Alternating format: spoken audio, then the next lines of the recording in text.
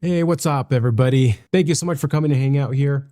Thank you for all your love, support. Today, we're just coming out to just feel some good things, positive vibes brought to us by such a great band, the Eagles here. And we've been going down this rabbit hole here just to learn why so many people love them, right? We're watching this video thanks to a good friend, Brian. I'm sensitive to this sort of thing right now, right? As you all know, I've been losing some loved ones, and Brian has been a good friend of the channel and supporter.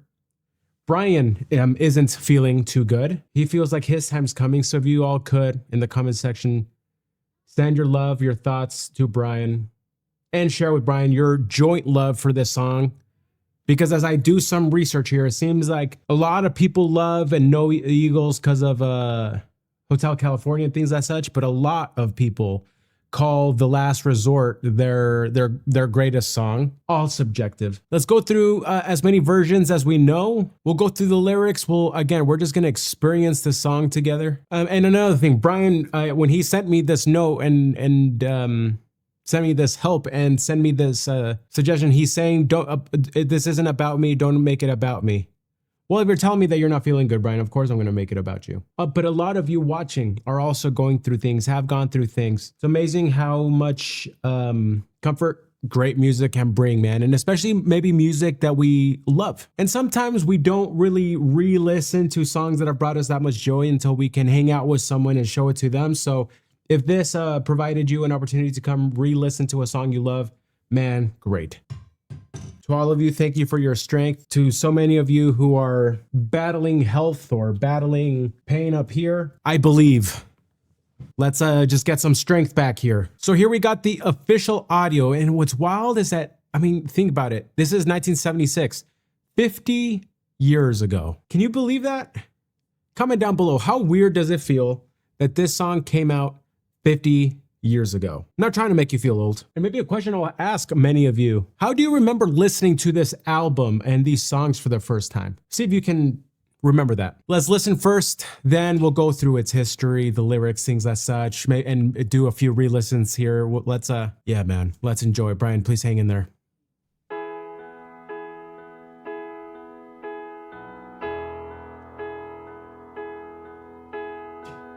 She came from Providence, one in Rhode Island, where the old world shadows hang heavy in the air.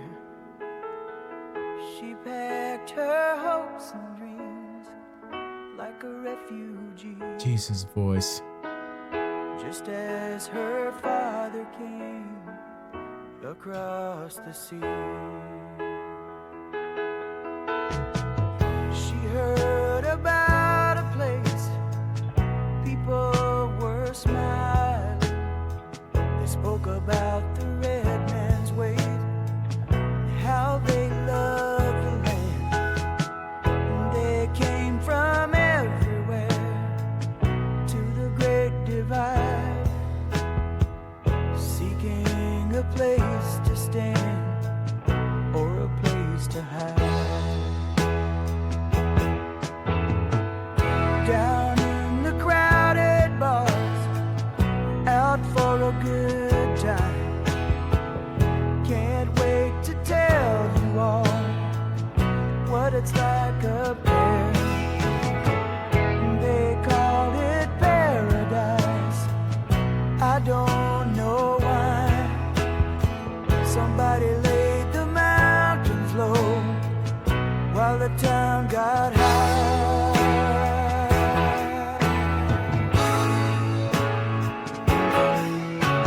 That bass.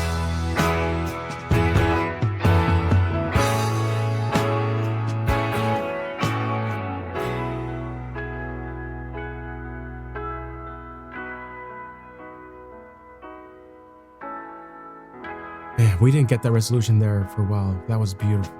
Then the chilly winds blew down across the desert, through the canyons of the coast to the Malibu, where the pretty people play, hungry for power, to light their neon way, give them some things to do. Some rich men came and raped the land. Nobody caught her. Put up a bunch of ugly boxes, and Jesus people bought them. They called it paradise, the place to be. They watched the hazy sun sinking in the sea.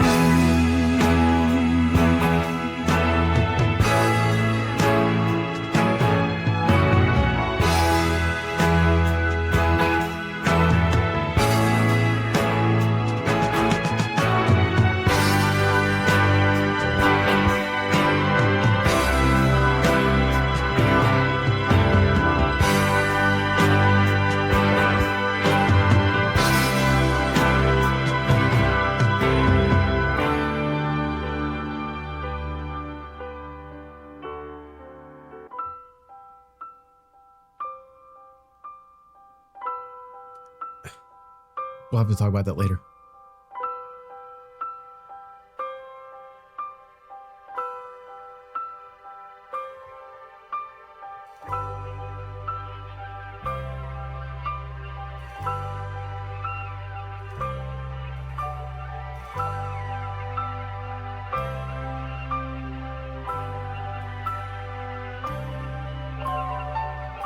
You can leave it all behind. Sail to Lahaina, just like the missionaries did so many years ago.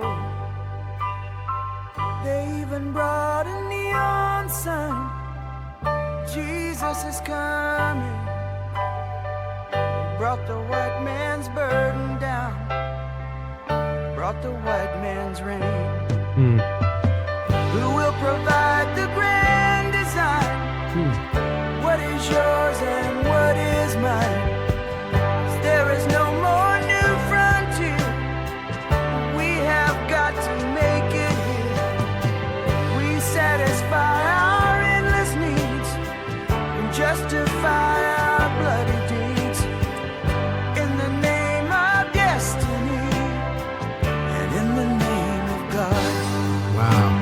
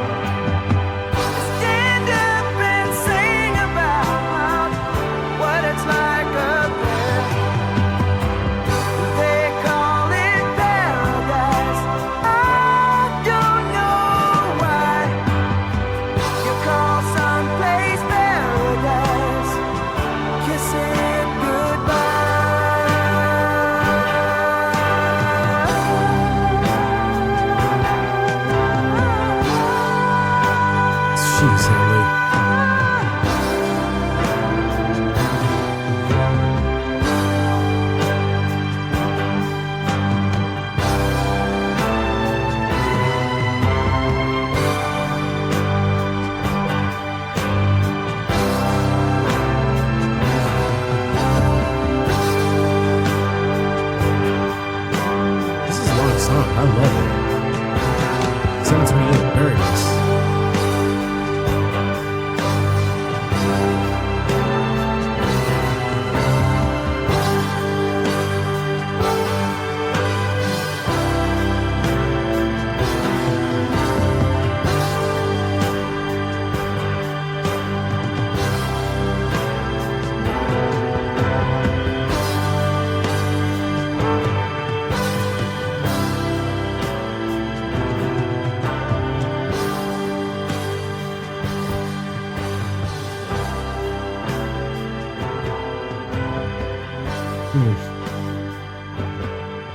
Very beautiful.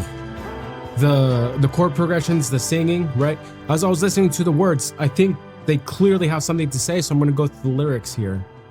But so easy listening, right? Don Henley's voice, sounds phenomenal. He crushes the song. A lot of people in the comments saying this song became a lot more relevant. Yeah, it clearly is Brian said in his thing, it's not a political song, but I actually got different vibes. There's interesting songs like this, by the way, where as you just feel and listen to the music, it soothes you and things like that. And it's one of those songs that as you keep listening to and you go through it and study it out more, then you eventually learn what they were also saying.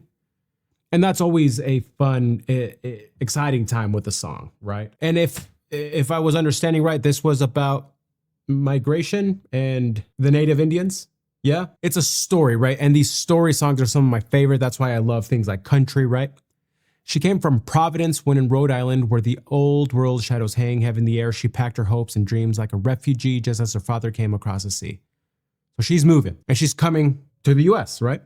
She heard about a place, people were smiling. They spoke about the red men's ways. So there we get these terms, right? And how they love the land and they came from everywhere to the great divide, seeking a place to stand or a place to hide. Down in the crowded bars, out for a good time. Can't wait to tell you all what it's like up there. And they called it paradise. I don't know why. Somebody laid the mountains low while the town got high. And then the chilly winds blew down across the desert, through the canyons of the coast to the Malibu, where the pretty people play, hungry for power to light their neon way and give them things to do. Interesting to bring up neon there. It makes me think of like Ready Player One, Blade Runner, you know what I mean? Some rich men came and raped the land. Nobody caught them, put up a bunch of ogie boxes, and Jesus people bought them, and they called it paradise, a place to be. They watched the hazy sun sinking in the sea. Yeah, so it's about, I guess, the negative sides of the migration out west. I'm guessing. I'm sure there were bad rich men. You can leave it all behind and sail to Lahaina,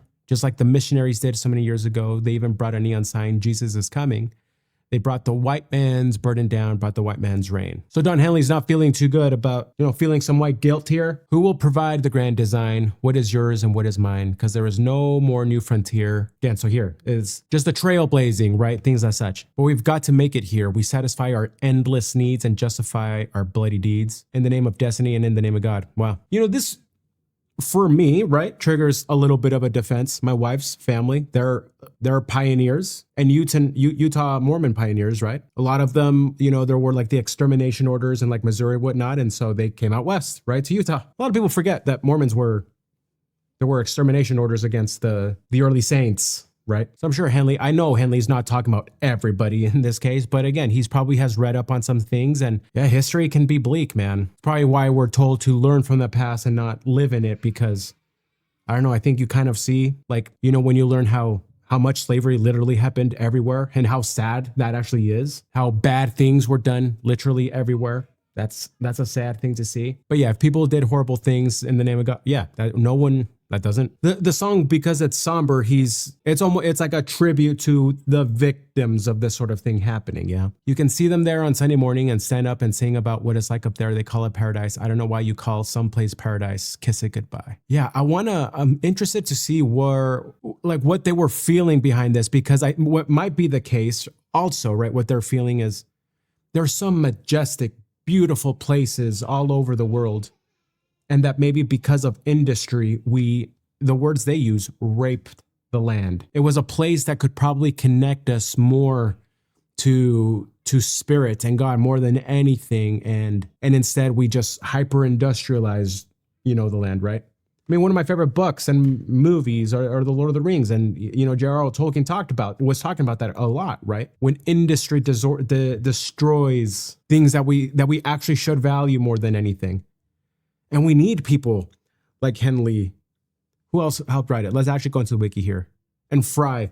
We need people like this to remind us, hey man, look, everything in the world is a trade-off, right? Don't err so much on thinking one thing is ultimately good, because what if you miss, again, what are they talking about? Over-industrialization. That in itself is a tragedy.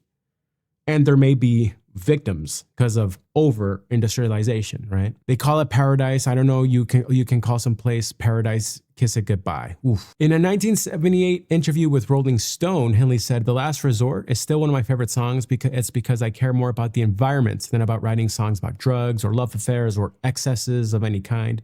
The gist of the song was that when we find something good, we destroy it by our presence, by the very fact that man is the only animal on earth that is capable of destroying his environment. Is that true? Yeah, but he's mentioning only the white man's reign.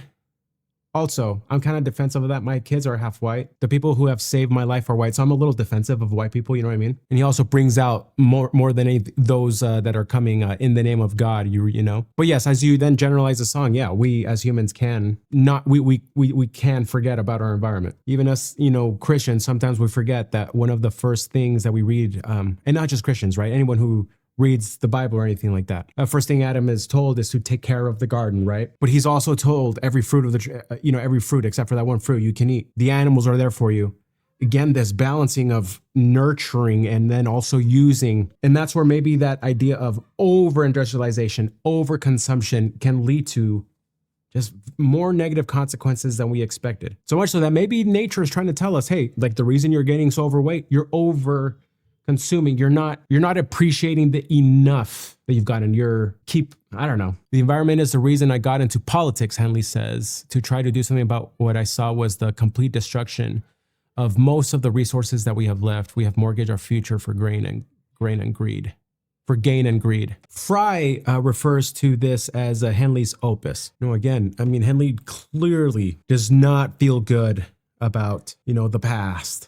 And it's interesting how he is exclaiming something so peacefully yet so directly at the same time. You got to give props to that. That's probably how you send a message that you want to send, right? Make it welcoming on the message. And then as someone like me, it's like, look, it made me think. Like, as you've probably watched, I'm like a little taken aback. It's like, geez. But where I can meet with Henley is like, but you're right, man. Sometimes I want a little too much. I'm gonna have to be careful about that for sure. What if I forget to love my neighbor, love the land around me, right? Love what I have been given, and then just keep wanting more. Yeah, if we don't keep that at bay, if we don't keep that in check, if we're not making sure we're filling ourselves with like love for others and for gratitude for what we have, this thing that can never be satisfied can lead to pretty bad results. And what he's bringing up in the past, it's some people, even people who have had in one way the noblest of reasons, can still cause maybe some destruction. It is one of my pet peeves, though. So that's why I think I brought it up, and you probably saw. It is one of my pet peeves, though, of only trying to make it seem like it's only the white people of like in the Americas that have ever done this, like sort of thing, right? Like that it's like a unique sin of just the whites. And I think a partial reason for that is like, again, when I first moved here, and again, I've grown up in 6-7 different countries. I've met so many people of every single population, right? I don't believe in comparing populations. We're all so different culturally and everything like that. But if I did need to make a generalization, who has done the most for me? Who's been the kindest to me? Hence my defense. So he clearly had something to say. I brought up his mention then of the neon, pretty people play hungry for power to light their neon way and give them things to do. Ooh. So I think a lot of power, if I recall, kind of there in that outro. The synthesizer. Great way to express this, right? It's a substitute for the real thing, so he's not using real strings. And again, the song, right, it's happy, right? So paradise, right, they call it paradise, but not so much with a synthesizer. What a freaking brilliant way of evoking what he's trying to say.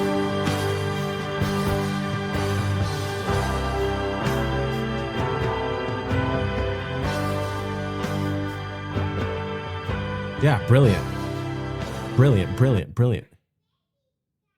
Another thing that I notice a lot in the song, but finding these moments in the song, so I'm just gonna have the song play, be quiet, see if I can ever get there. So again, right, this sounds a tribute, right? Really soft piano and everything.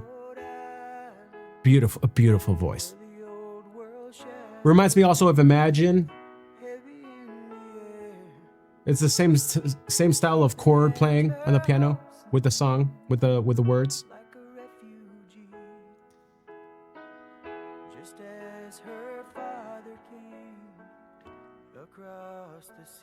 Yeah.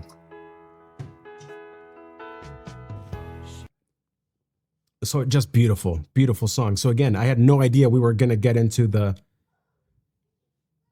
white man's reign. It's freaking brilliant. Okay. Let's see if I find some of these moments. What I'm looking for, we might not ever find it. There were a few times that if you've just listened to a lot of music, you would be like, okay, chord, and then like a sus chord and then a resolution. They would give you a few extra, like an extra measure or two before you got that resolution. Going back to considering what the theme and the message of the song is, kind of perfect. It's like, hey, you should be done there, but wait, you're not? You're not? Maybe on purpose. From everything I've seen of Eagles, probably on purpose. Like, that's what's so incredible about this band. They really are trying to say what they're trying to say in so many different ways. Of course, that depends on who wrote the song and what it's for, right? This is a reminder, they're such a genre-less band, but it seems like Henley with this, he's I think very purposeful on multiple layers of the song expressing the main theme and idea. So I feel like on purpose. So let's see if we can find one of these examples. Might have been more in the middle.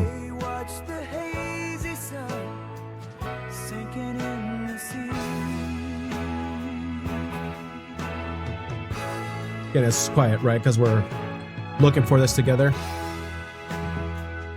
Let's turn it up a little bit for you. I think this might be a good moment of one of those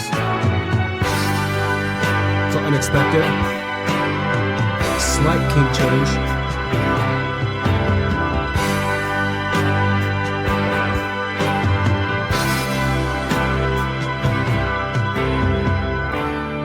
Right here, this is a good example.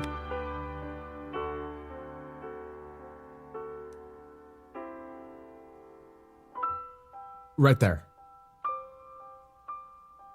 And I think here he's showing the disasters that have happened, right, with what he's trying to talk about.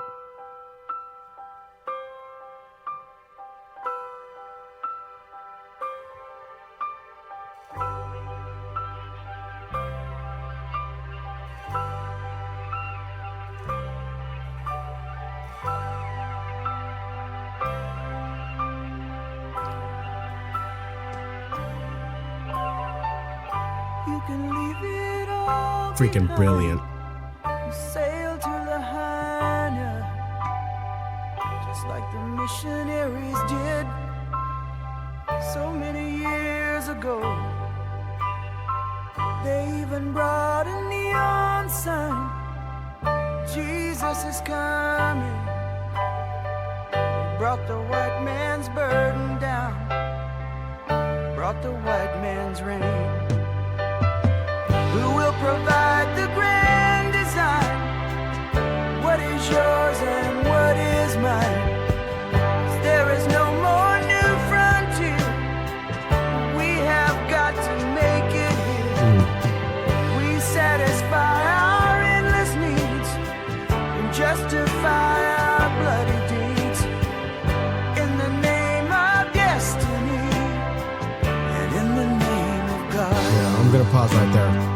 Because, yeah, again, while I may be annoyed at white guilt, it's still a powerful statement, man. Like, when is enough enough? Now, if what we pursue, I think, is in the service of others, that's great. Keep it growing, right? Right? Like, if this channel, let's say it starts making like really decent money. If I ever start doing it to pursue more and more money, well, then I hope by that time, many of you have stopped even hanging out and listening. You know what I mean? But if I do it because maybe there's a few people who still want connections with me, with songs we've never checked out. That's what it needs to be about. So we need to remember there is nothing wrong with gaining and making more, especially if there is value that you're bringing to others, and especially if you are not forgetting that you are not any more important than anyone else or anything else. But I think Henley has a great, like, when someone tells you something very direct, but lovingly, you're more willing to listen to it. I'm in the same boat. The song is so beautiful and sweet that it's like, look, I will consider and take the warning wholeheartedly. Don't overconsume. Don't take nature for granted. Use nature more. Honestly, that's kind of one of my takeaways right now. It's like, I live in Utah. I'm not going out hiking and experiencing the majesty of the mountains, either via hike or anything like that. I'm not doing that enough. I have to. I can also overeat. If we overfarm the land, overdo anything like this to justify my overconsumption, I'm not doing my part there. So maybe there's probably a way I can balance that out a little bit more. And also, yeah, I guess with my family, I'm going to make sure we don't take away some other people's land, I guess. How could you find the very original settlers of a place, like of ever, like the very first, right? I won't say anything about North America, but in Latin America, I don't know, man, our tribes, like I'm Incan, but Chile, most of Chile is Mapuche. I don't know, bro. We kind of did messed up things to each other, keep fighting for land. And that was before the Spanish came. So I'm 40% Spanish, 40% Incan. That's just what it means to be Latino, as you know. From studying I've done, it was my Spanish ancestors who, again, they came, right? But they seem to be pretty nice. And then I'm like 20% of all of these other, got a little Middle Eastern in there, a little bit of, yeah, anyway. I don't even remember what I was saying. Well, I guess that. I won't go all Incan and take some people's land for sure. I'll take what is mine, Don. It's a beautiful package and presenting something you really believe in and are passionate about. And he clearly put so much thought into this song. This topic meant a lot to him. This is what musicians and artists do, man. Whether you don't take kindly to it or not. This is what our art is for, to inspire us and also at times to challenge us. Beautiful. Thank you guys for hanging out. Till the next one.